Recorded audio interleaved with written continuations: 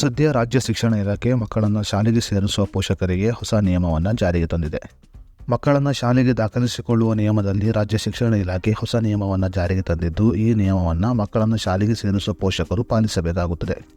ಅದೇ ರೀತಿಯಲ್ಲಿ ಮಕ್ಕಳನ್ನು ಶಾಲೆಗೆ ಸೇರಿಸುವ ಪೋಷಕರು ಈ ಕೆಲವು ದಾಖಲೆಗಳನ್ನು ಅಗತ್ಯವಾಗಿ ನೀಡಬೇಕಾಗುತ್ತದೆ. ಈ ದಾಖಲೆಗಳನ್ನು ನೀಡದಿದ್ದರೆ ಮಕ್ಕಳನ್ನು ಶಾಲೆಗೆ ಸೇರಿಸಲು ಸಾಧ್ಯವಿಲ್ಲ.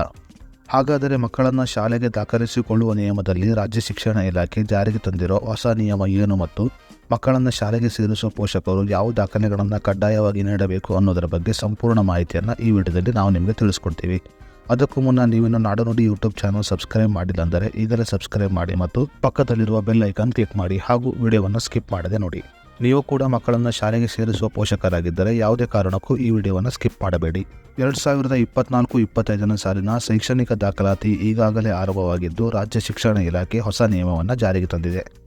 ಮೇ 29ನೇ ತಾರೀಕಿನಿಂದ ಹೊಸ ಶೈಕ್ಷಣಿಕ ವರ್ಷ ಆರಂಭವಾಗಲಿದ್ದು, ಮಕ್ಕಳನ್ನು ಶಾಲೆಗೆ ಸೇರಿಸುವ ಪೋಷಕರು ಈ ಕೆಲವು ದಾಖಲೆಗಳನ್ನು ಕಡ್ಡಾಯವಾಗಿ ನೀಡಬೇಕಾಗಿದೆ. ರಾಜ್ಯ ಶಿಕ್ಷಣ ಇಲಾಖೆ ಜಾರಿಗೆ ತಂದಿರುವ ಹೊಸ ನಿಯಮದ ಪ್ರಕಾರ 6 ವರ್ಷಕ್ಕಿಂತ ಕಡಿಮೆ ವಯಸ್ಸಿನ ಮಗುವನ್ನು ಶಾಲೆಗೆ ದಾಖಲು ಮಾಡುವಂತಿಲ್ಲ. ಇನ್ನು ಮಗುವನ್ನು ಶಾಲೆಗೆ ಸೇರಿಸುವ ಪೋಷಕರು ಮಗುವಿನ ಆಧಾರ್ ಕಾರ್ಡ್, ಜಾತಿ ಪ್ರಮಾಣ ಪತ್ರ, ಆದಾಯ ಪ್ರಮಾಣ ಪತ್ರ, ರೇಷನ್ ಕಾರ್ಡ್, ಪೋಷಕರ ಆಧಾರ್ ಕಾರ್ಡ್, ತಂದೆ ತಾಯಿಯ ಜಾತಿ ಮತ್ತು ಆದಾಯ ಪ್ರಮಾಣ ಪತ್ರ ಮತ್ತು ಶಾಲೆಗೆ ಸೇರಿಸುವ ಮಗು ಹೆಣ್ಣಾಗಿದ್ದಲ್ಲಿ ಮಗುವಿನ ಭಾಗ್ಯಲಕ್ಷ್ಮಿ ಬಾಂಡನ್ನು ಕೂಡ ನೀಡಬೇಕಾಗುತ್ತದೆ. ರಾಜ್ಯ ಶಿಕ್ಷಣ ಇಲಾಖೆಯ ಈ ಹೊಸ ನಿಯಮ ತಮ್ಮ ಮಕ್ಕಳನ್ನು ಖಾಸಗಿ ಶಾಲೆಗೆ ಸೇರಿಸುವ ಪೋಷಕರಿಗೂ ಕೂಡ ಅನ್ವಯವಾಗಲಿದೆ. 6 ವರ್ಷಕ್ಕಿಂತ ಕಡಿಮೆ ವಯಸ್ಸಿನ ಮಗುವನ್ನು ಯಾವುದೇ ಕಾರಣಕ್ಕೂ 1ನೇ ತರಗತಿಗೆ ದಾಖಲು ಮಾಡಿಕೊಳ್ಳುವಂತಿಲ್ಲ ಎಂದು ರಾಜ್ಯ ಶಿಕ್ಷಣ ಇಲಾಖೆ ಆದೇಶವನ್ನು ಹೊರಡಿಸಿದೆ.